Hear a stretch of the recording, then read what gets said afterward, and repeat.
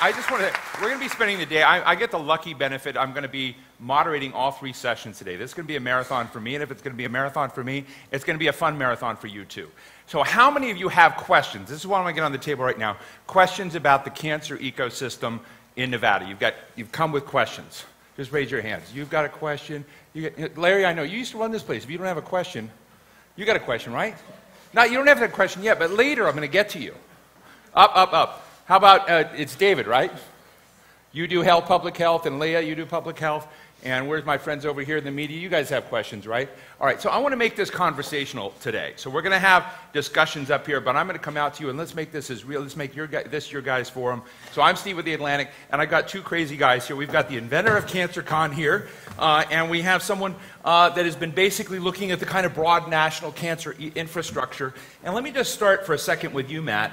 You were given 6 months to live, and you turned that around. Yes, that is correct. I was a college senior. I had been classically trained in piano since the age of 11, and 6 months before my college graduation, I lost the ability to arpeggiate, fine motor coordination in my left hand deteriorated. I went misdiagnosed for many, many months, and they actually gave me Robitussin for brain cancer, among one of those things. And I had brain cancer, which the Robitussin didn't help with. Surprise, surprise. There's the cancer control guy here. Yeah. And I surprisingly survived miraculously, and the odds were really stacked against me. I had a pediatric cancer that you were born with, and I was 21, so they had never seen a congenital tumor in someone of my age at that time. Surgery was life-threatening. Radiation was life-threatening. There was no true chemotherapy options back then, although they wanted to give me something palliative that had declined because it would have put neuropathy in my fingers, and I'd rather die playing piano if I could play again. But yeah, I mean, that's kind of my story in a nutshell. There's a piano right behind here. We could knock these walls down and get back to that if you want later, maybe at 10:30. We could disrupt this, yeah, sure. We could do something really cool at the end. But Richard, when you were in this arena as well, and you kind of deal with folks that have been hit with news that they have cancer, someone like Matt has survived it. You're kind of looking at the kind of broad issue of access and how to get people there. Now, I'm not going to ask folks how many have had the experience that Matt has had to come in. We're going to get back into that. But I do want to know, generally, when you kind of look at the broad terrain that the American Cancer Society looks at, on a scale of 1 to 10, how crappy is it in terms of access? That when people come in with Matt's condition and they need an access track, whether from their own illiteracy on the subject or what the reality of lack of access, and we're here in Nevada, on a scale of 1 to 10, what is it in the country? It's easy to answer that, because for some people it's a 10 and for some people it's a 1. It's a 0. And you know, there's certain things that there's just no way getting around. If you have cancer and you do not have health insurance, we've published data showing that your outcomes are more determined by not having health insurance than they are by the stage of cancer you were diagnosed with. Mm-hmm. So for people who don't have insurance or who have out-of-pocket expenses, even if they have insurance, that they simply cannot afford and are making choices, and again, we know that these choices are being made every day. Do I fill that next prescription, or do I pay my rent? And when you interrupt care that way, through making those kinds of choices, your outcomes are not as good. So, you know, we're at an amazing place. Our cancer statistics, when you add it all together as a nation, we do pretty well compared to other high-resource nations. But we believe that no one should die from cancer because they can't get the care they need. So what we have to ultimately grapple with is that 10 for some people, but those 1 and 0s for others. And Nevada, frontier states, states like Nevada, face some very special challenges around insurance rates, around access to good, high-quality care that make it even tougher. So, Richard, I hope I don't make you uncomfortable with this, or some of you in the audience, but I really, really love Matthew Zachary, and it's at Matthew Zachary's Twitter feed. If you go to his Twitter feed, it's irreverent, it's snarky, it's occasionally kind of mean, it's uplifting. Am I getting any of this wrong, Matt? You're kind of a snarky guy, and you created stupid cancer. You've created an ecosystem for people like yourself, frustrated with the moment, to come in. You're also dealing with the ecosystem. You're kind of a suit and tie dude, right? That, you know, you're there so far until you take it off. This is as Elvis as I get, actually. Okay, It's a blue shirt. but Matthew's reaching people who are not suit and tie folks, where this is a real, ever-present thing in their life. And Matt, I just want to ask this: you've made that part of your shtick. Why? I mean, my father would say I always marched to the beat of a different drummer. And I started Stupid Cancer 10 years ago because it took me 7 years to find somebody else who had cancer in their 20s. And I was in New York at Sloan Kettering, and it took me 7 years to find a peer. And he happened to be a policy guy in D.C. that opened up this door to all these patient advocates that I'd never heard of before. And it was the whole, like, if only I knew that this existed, my life could have been so much better. We talk about outcomes, which is the wonky word for are you going to die or suffer more or less because of X factor. I discovered through this process that if you're a young adult diagnosed between 15 and 39, this is NCI data, you die more and you suffer more just by being in that age group, irrespective of insurance or disease type or stage or any early detection or preventional measures you've had or genetic risk. Just by being in that age group, you suffer and die more. And that was why I wanted to start an organization that, for me, was antithetical to what I felt was sort of commonplace 10 years ago. I spent a decade in advertising and marketing not being able to go to grad school to be a pianist.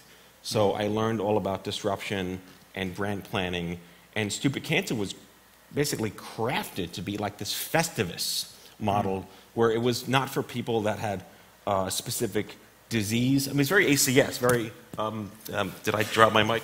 It was very... Not in a good way, right? It was very... Here, I got you. All right. Got you covered. All right.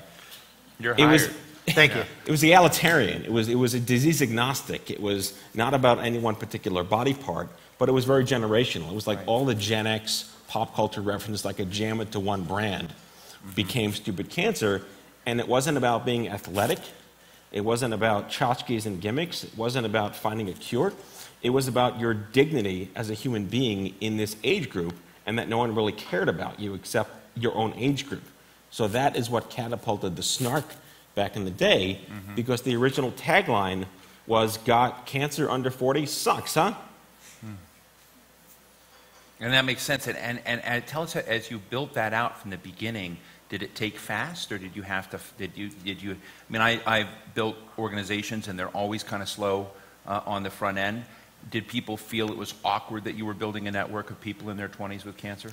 Well, at the time, and the question's timely because we're actually having our 10th anniversary party next Thursday. So I've been spending the last month going over 10 years of content and photos and journals and editorial stuff.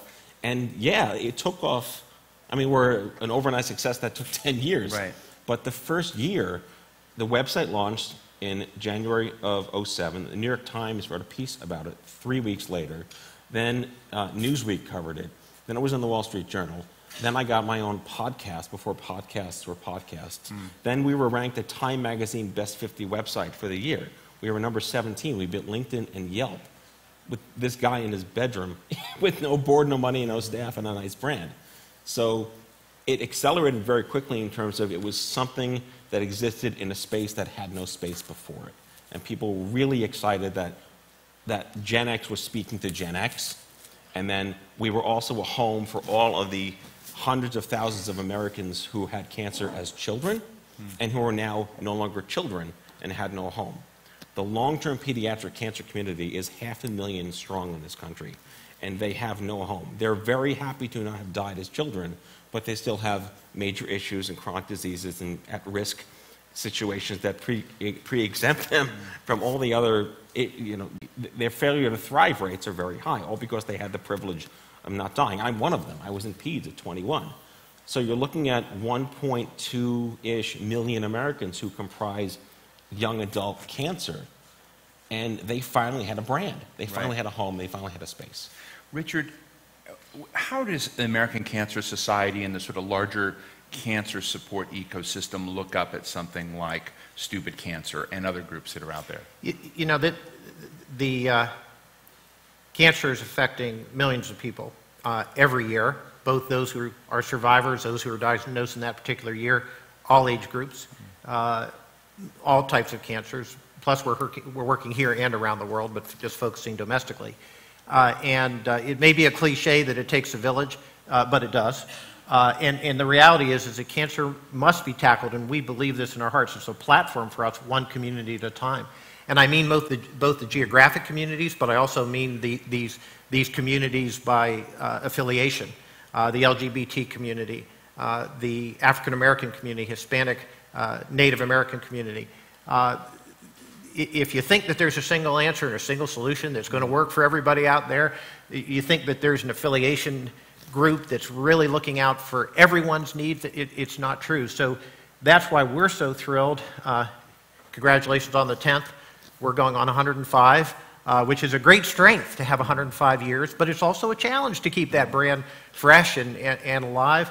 But we've made the commitment that we're in this unique spot. We attack cancer from every angle, from prevention to early detection, through access to care we're talking about today, through treatment, through research, here and around the world, all cancers.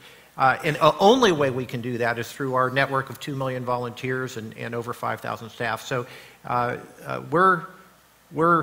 we'll go anywhere, and we have staff everywhere in every state because we know that that's where the solutions are. We can't sit in our headquarters in Atlanta or Washington, D.C. and solve all the problems here in Nevada. We're in Nevada and we're in Las Vegas, and obviously there's a lot of interest on a Wednesday morning for folks to show up in this. There's a lot of interest and demand here. But as I've dug into it, Nevada is one of those states that you sort of scratch your head and say the incidence rate is so high, the need is so high, the infrastructure, we're going to talk about it in one of the next sessions, is fairly low. I'd be interested in what insights you have for an audience here today that wants to move the needle. We have it's Larry, right? You've been in this, you're in the Nevada Medical Center and used to run state health. He's been at this for probably decades. You've got a lot of other folks that have been at this issue for decades, or we've got the young folks in the back that are in public health more recently. How do you work with communities to help them move the needle? I have to tell you, recently I was in Baton Rouge talking to folks about moving the needle on obesity and other kind of chronic conditions. And you saw really brilliant, wonderful people completely exhausted, uncertain about how to move the needle. So what would you recommend needs to happen here that you think isn't here? Well, first of all, this forum's really important because if there is no dialogue, if there is no shared commitment, it's not going to happen. Number one. Number two, you can't fantasize that we're going to train enough oncologists and train enough oncology nurses that are all going to see the light and want to come to Nevada for their careers, and that's going to solve the problem. With the aging of the baby boomers, I can show you the numbers. We're not going to have an adequate workforce to address that need. Third, so what does that mean? I think, first of all, this has to be identified as a community priority. And I'm quite serious about the programs that identify people early in life who are interested in healthcare who are from Nevada, because we have data showing that if you grew up in a community, those are the people you want to try to attract back. The folks who grew up in New York are unlikely to make this choice here, even with loan forgiveness and some of the other incentive programs. I'm not saying those incentive programs may not have a benefit. And frankly, I think everything needs to be pursued in terms of workforce. But I think identifying folks from the community who really want to address it makes a difference, having the dollars and an investment, making sure that the hospitals who are here that are caring for cancer patients are Commission on Cancer accredited, which is the best program we have to show that a certain level of quality. And fourth, the final one I'll mention, is we need innovative and technology-driven solutions. I was just in New Mexico last week at the Meta Echo conference. I don't know how many people have heard of Echo, but Echo is a new way to disseminate knowledge from a hub, like a major cancer center, an NCI-designated cancer center, to anywhere else you want to go.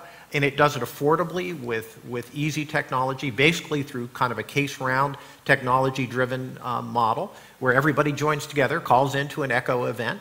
And just as an example, right now we are disseminating Echo is disseminating how to do better cancer care all throughout India using the hub in Delhi going to where cancer patients are being treated throughout the country. Interesting. If we can come up with a solution like that that works for India, we can do solutions like that that work here in the United States. Matt, what would you tell these folks? Well, so Stupid Cancer is the largest charity that comprehensively tries to address young adult cancer specifically in that generational lens and strives to improve outcomes in very disruptive ways. But holistically, we all have one thing in common, which is something I affectionately call the oh shit window, which is the time between you have Would cancer. you say that again a little loud? The oh shit window. Yeah. You have cancer, something happens, and everything goes Charlie Brown teacher. Every age, every race, every gender, this window is what we all have in common. So this is what I call the consumer decision point. You're not a patient yet. You're a consumer trying to figure out what toaster to buy on Amazon, but you might not be able to afford the toaster. And there's 30,000 toasters, and only certain people will let you buy certain toasters. And you don't know which toaster is going to be best in your kitchen. So let's really put this in the perspective of a Jeff Bezos perspective. You're a consumer in a marketplace trying to buy something that will help you. Forget that it's going to save your life, forget that it's going to inflate your tires. Whatever it is, we can generalize it from that perspective. And what I've learned with our community and our team is that people get their information in that window from very different places. And unless we start paying more attention to where people get what information that matters to them in that window, and even if it's a relapse window for that matter, we're not going to better understand the consumer journey into treatment and diagnosis and care. Because questions that don't get asked in that window are, what's important to you? So I notice you're 28. Do you want to have children one day? So I can see you have small children. Let me help you understand how to tell them that mommy has a boo-boo. Because there's so much data now that behavioral intervention and psychosocial integration can reduce what they call comorbidities and improve outcomes just by knowing that you have a peer support community out of the gate. Whether you choose to avail yourself of it or not, just by knowing improves your outcomes. So how do we get more consumer experience into the oh shit window that isn't clinical, isn't academic, and isn't medical, that helps you understand that you as a human have the dignity to understand other people out there know what you've gone through. Here are targeted, curated special resources, whether it's fertility preservation, or whether it's career insurance, or whether it's, career assistance programs, or mental health therapies, or parenting skills. I'm obviously speaking through the lens of young adults. But these are life issues that don't typically get addressed in that window because you're so focused on, and rightfully so, trying not to die. So my perspective is that, again, out of the young adult experience, what we've understood is that the human experience of that window is where we'd like to spend time partnering with groups like ACS to focus on. Is there a rural-urban divide that you deal with your members and the people that you're trying to reach? Is there a different scene on the rural side of the equation as far as, those that have city connectivity around them? Yeah, definitely. The reason we moved, our international trade show is called CancerCon. It's been around for 10 years. You had 21 events in 10 years, had over 10,000 attendees. We moved to Denver from New York and Las Vegas. We actually was here in Las Vegas at the Palms for a while. But Denver was so much more welcoming to the non-bookended parts of the country to want to come and convene at a meeting. And we found that just by being there attracts more people. We had more people from Ohio this year than Texas, California, and New York. So the idea of how do we better understand the needs of the, not the coasts. Access is clearly a problem. The navigation around resources, if your community cancer center just doesn't have a fertility navigator on site or a nurse navigator on site, and you're less likely to see another young adult cancer patient in a clinic in this state versus at Cedars or Sloan Kettering. But the one thing everyone has in common is a smartphone. So we've managed to get into that digital experience for patients where when you're diagnosed or you're being treated in the center, you just know that the Stupid Cancer app is there for you to download, or our website does these things, that we have 100,000 interactions in our 44 Facebook groups every year. We've developed a digital alternative to these folks in these areas that don't have immediate access to just meet up at a bar on, 6th Avenue. The rural-urban divide, I think, is obvious. It's been reflected in not just healthcare, but in almost everything that's happening on the national front right now. And I think it poses a very difficult but critical challenge for us. And shame on us as a cancer community if we don't say, hey, it's great to see the advances. And I don't mean to in any way undervalue what can be provided in the large cancer centers. And those people who can get a second opinion in many cases from one of these centers should, because even if the care is delivered where they live. But at the same time, there are people who the concept that they're going to travel, outside of where they live, and that's the answer that we're able to provide. It's not sufficient. We can do better with that. Well, I love the dynamism with which you're reaching new people and trying to create new networks. It's just, as a technology guy, I love that you mentioned smartphones and whatnot, but as somebody out there looks at what's happening with data, what's happening with connectivity, what's happening with communications, what's happening with telemedicine, it seems ridiculous that there's a divide. But if you go around the country to small communities, my family, I don't know if anybody's from Bartlesville, Oklahoma, but Bartlesville, Oklahoma does not have the literacy among its cancer treatment providers that Dallas does, and Dallas does not have what Baltimore has. I mean, so when you kind of look at that and you just say that is a market ready for disruption. But let me open up questions and comments. Who was out there saying they had a question? I'm going to go to questions, comments. Larry, right here in the middle. You guys all know Larry? He used to be in charge of everything here. Fortunately not. Oh. Uh-huh. Thank you. I think my take on it, I was retired for several years and come back to help to I should say create a Larry's at the nonprofit. Nevada Medical Center now. And one of the things I've noticed about Nevada on the access question, which we just issued a report card giving it to NEF, but that the trend is in the right direction, that this room full of people represent something that's very much a change in the community. For the first class of the UNLV School of Medicine just started a couple of weeks ago. The future looks like we're addressing things that we've ducked in the past. Is this a common thing in communities that have been rising and expanding over the last generation, that they're late to the game, but once you start that you quickly fill gaps? Thank you. Rich? Yeah, it's a wonderful point, and a good colleague, ex-colleague and friend of mine is the dean of the medical school here, so I appreciate that. And we're seeing that trend that's developed for about 5 to 10 years now, that mid-sized communities are developing new medical centers, either regional campuses or the medical centers themselves, or brand new medical schools. They often have a focus on creating a primary care workforce, although frankly, it's hard to stick to that because the incentives are what they are and how healthcare is provided for. So I think that's been a very positive trend. And the only thing I would add to that is just imagine if every major medical center in the country said central to our mission is to take care of the people who live within 200-mile radius of where we are. Not just to outcompete the next medical center for the well-insured patient, but to really take care of the demographics, the insurance mix, the people who live within 200 miles. That could be transformative. MJ, the table of those cool young people there. Oh, come on, guys. I went to you early on, and I planted a question with you. No. All right. Yeah. So one of the things we work with is immunizations. And so there are 2 vaccines that prevent cancer right now, hepatitis B and the HPV vaccine.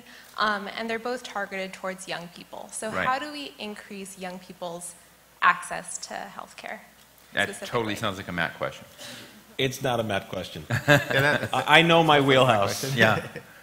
Yeah, Rich? Yeah, let me take that is very much my question because thank you for bringing that up. So the American Cancer Society is organizing our work into 6 or 7 emotionally resonant kind of public health campaign statements aspirational visions, and we have a vision of creating a world, not just a country, that's HPV cancer-free. And starting at the beginning of 18, right now we have a huge campaign going across the whole country to achieve 80% colon cancer screening rates, called 80 by 18. It'll go beyond 18, it'll just be 80. And we will launch a vision-based large campaign to get every young person vaccinated against HPV. Thank you about mentioning hepatitis B as well. We do better because that's given in infancy. But our rates in Nevada alone, 41% of girls in Nevada are fully vaccinated for HPV. About 22% of the boys in Nevada are vaccinated. We can do so much better. So thanks for raising that. Be a part of our campaign. It's going to be internally launched at ACS this year, publicly launched in the beginning of 18. Matt, we're right at the end of our time in this first segment, but I do want to ask you about the sensitivity that a lot of your network has to the healthcare debates that are going on in the country right now. 10 days from now, within 10 days, we may see the Senate move to repeal the Affordable Care Act and to put forward Graham Cassidy legislation we were just talking about. You know, without, you know, I'd just like to know, how is your world looking at that? Does it feel the pressure, or is this a storm far away that doesn't matter with the fundamental issues that your crowd is dealing with? I mean, we're not a terribly political-driven organization, but we represent probably the most activated patient population in politics these days, the millennials and the Gen Xers. And we've aligned with close to 40 organizations, the nation's most preeminent cancer organizations out there, all in agreement that this is a terrible bill. This will jeopardize patients' rights. This will threaten lives. This will challenge the way that we fundamentally get treated with anything in this country. And the magic word is pre-existing condition, and they can say, oh, it's not going to affect it, but when you turn it over to states' rights, it can be very impacted. So I'm going to stand with our 40-plus, now, including the American Medical Association, the American Diabetes Association, the lung cancer, forget cancer. Every major medical organization in this country opposes this bill on behalf of 330 million Americans. So I think that's all we can say about that. We can only do so much. And just finally, flip off Mondays. What do you call that on your Twitter feed? People putting up giving the bird on Mondays. Well, I just wanted the folks to hear this. We have something called we have Flip the Bird. It's like a plushy bird. We call him Flip, and every Monday we ask people to, like, if they own one or just like to flip cancer the bird. But we've had to soften that a little bit, so they're called motivational Mondays now to follow the Instagram people out there. But, you know, the one thing I just want to conclude with, and thank you so much, this has been incredibly, I'm honored to just be part of this, is that stupid cancer is all about permission to be pissed. But you don't have to be just a young adult to feel like you can have permission to be pissed. Everything isn't all flowers and roses and you're going to be fine and we'll find a cure one day. Everything is, it's okay to be really angry that this happened to you. And we're here to help you find a way to make it better for someone else and you at the same time. So this pay it forward idea of we're going to all band together to help someone like us, and here's a way we can actually do that, to me is the most important takeaway that I could bring to this narrative through the lens of our brand. Thank you very much. That's a great place to end. Richard Wender, Chief Cancer Control Officer of the American Cancer Society. Matthew Zachary, founder and CEO of Stupid Cancer. Thank you both very much.